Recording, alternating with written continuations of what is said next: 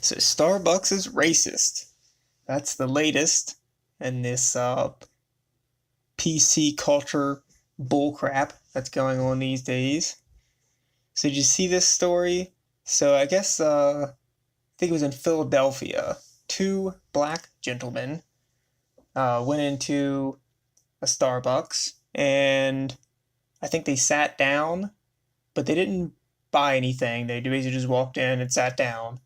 And then I think it's clear that they were confronted by an employee and basically, they said, you need to buy something or you can't be here. Starbucks is a restaurant. If you don't buy something, you can't be there. It's called loitering. It's private property. The business owner is well within their right to kick you out if you don't buy anything.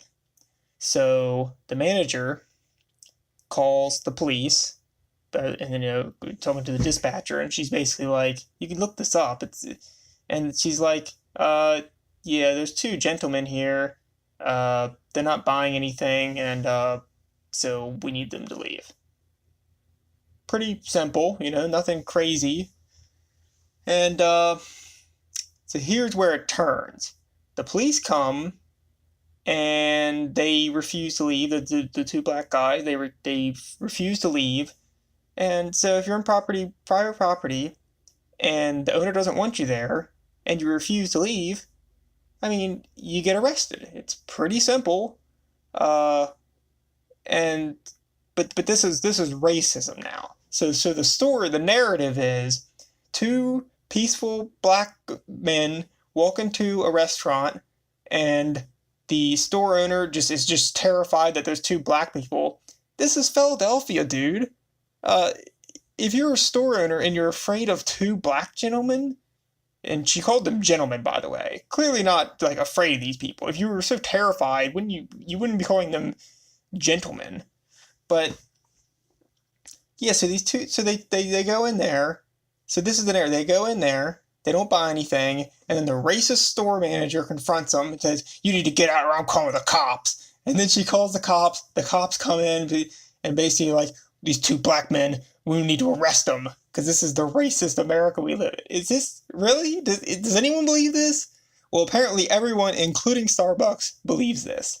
The manager, she's gone. I think she had to leave Starbucks now.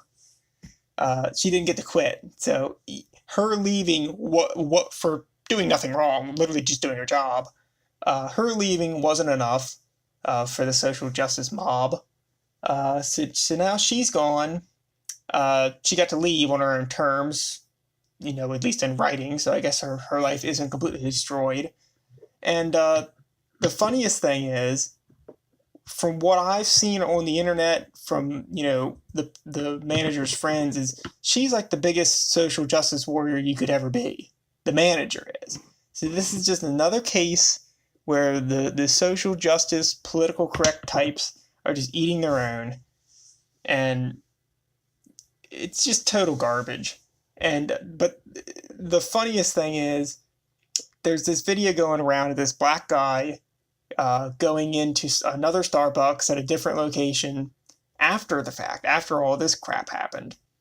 And basically went in and said, "I want my Starbucks reparations," which is hilarious. And yep, he gets a free coffee, and she's like, "Oh, do you want it flavored?" He's like, "Yeah, give me some caramel." And then he's like, "Is it just gonna make it sweet?" And then she's like, "Oh, I can make it sweet." So he's basically just getting a free coffee with whatever he wants in it. Because why? Because people on Twitter said it was racist? What? This is the dumbest thing I think I've ever seen. And to watch, I think he's the CEO of Starbucks, just groveling, just doing whatever he can to try to bow down to this crap. It's so dumb. They're having this, they're closing out 8,000 stores, which I don't know how many Starbucks stores there are, but that sounds like a lot to me, 8,000 stores.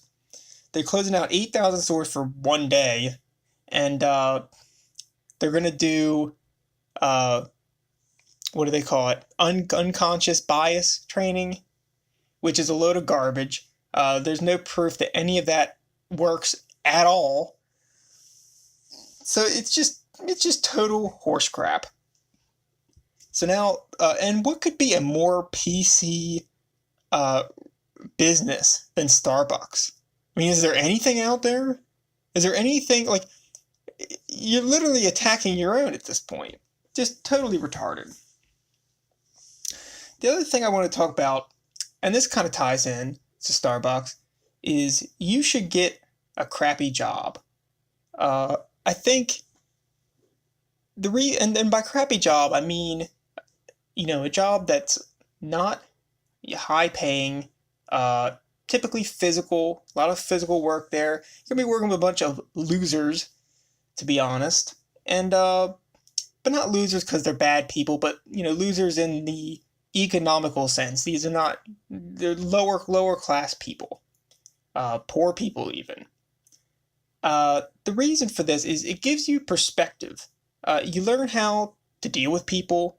Like if you work at, let's say, a gas station, you're going to learn economics real quick because you're going to see how much money you're making, which isn't going to be a lot, but you're going to learn business. You're going to learn people skills, and even Starbucks. A job like that could be awesome. And I think you should get a job as soon as you're legally able to get a job. I think it'll make you more prepared for the real world after you get out of whatever schooling you're doing, whether it's college or some kind of, extra training after high school to get into the real world. I think having a crappy job like that really it gives you a nice foundation for your big boy job or your big girl job that you get later on in life. And you should know what it's like to have a hard day's work. Like where you go in and and you work so hard that it's hard to go to sleep at night. If you've never had a day like that, you haven't worked a hard day's work. And you should know what it's like to get a quarter raise. Yes, a quarter. And where I worked, I had a crappy job. And I think I started out making $8 an hour. I think at the time minimum was 7 and a quarter. So not much better than minimum. And I worked at this company for I think 2 years total. $8 an hour is not much, but when you're living at home, you got no bills. It adds up real quick. You really start to get a feel for just how far $8 an hour goes. And I got a quarter raise, I think like 6 months into it or so. Yeah, there was some like period where you weren't technically full time, even if you're working full time. And then you get I think it was a 50-cent raise. Then I got another quarter after being there a year, and then the second year I got another quarter. So making $9 after 2 years. And the people they were just hiring were making the exact same amount. So all my raises after the 2 years of being there just did nothing. And that's exactly when I found a new job, because that if that's not incentive, like this company clearly does not care. If that's not incentive to get out, I don't know what is. So it teaches you that, some places don't care about you. So you work for yourself. Now, that doesn't mean you do a bad job. You should get a crappy job, but you should do the best job possible at that crappy job. Because especially if you're working at a low-end job, if you just show up and do what you're supposed to do, you'll honestly be better than 90% of the people there. And that's not an exaggeration, because half the people don't show up on time and they don't show up every day. And the other half will show up, but then do, half of what they're supposed to do. So if you just show up and do what you're supposed to do, you're already ahead. And there's this idea, I hate all this crap with millennials and I'm a millennial, but I hate all this crap where the decks are stacked against us. There's no way to make money in this world. I saw this thing on Reddit. It was being a millennial is like playing Monopoly when there's already a hotel on every single block. Like, good lord. Like, can I get an invitation to your pity party? Like, it's just, good lord. Nobody cares. This is the best time to ever be alive. It's the safest time ever. Everyone has a computer in their pocket at all times. I mean, how could you be more privileged than now? But, what was I saying? Uh, yeah. But yeah, so get a crappy job, but do the best you can at it. Oh, that's what I was saying. Um, there's this idea that, oh, you can't move up now. If you're at a low position, that's where you'll always be, and just this woe is me garbage. It's it's not true. Um, you can work your way up really quickly. You just where I was at, I was getting like a management job after just a couple years of being there, and I was going to be making a lot more than what I was before, and it's not that hard. And just if I had that job for a couple years, I would have been making probably 40 grand at this crappy place, and I'd only been there for 2 years. I saw other people do the exact same thing.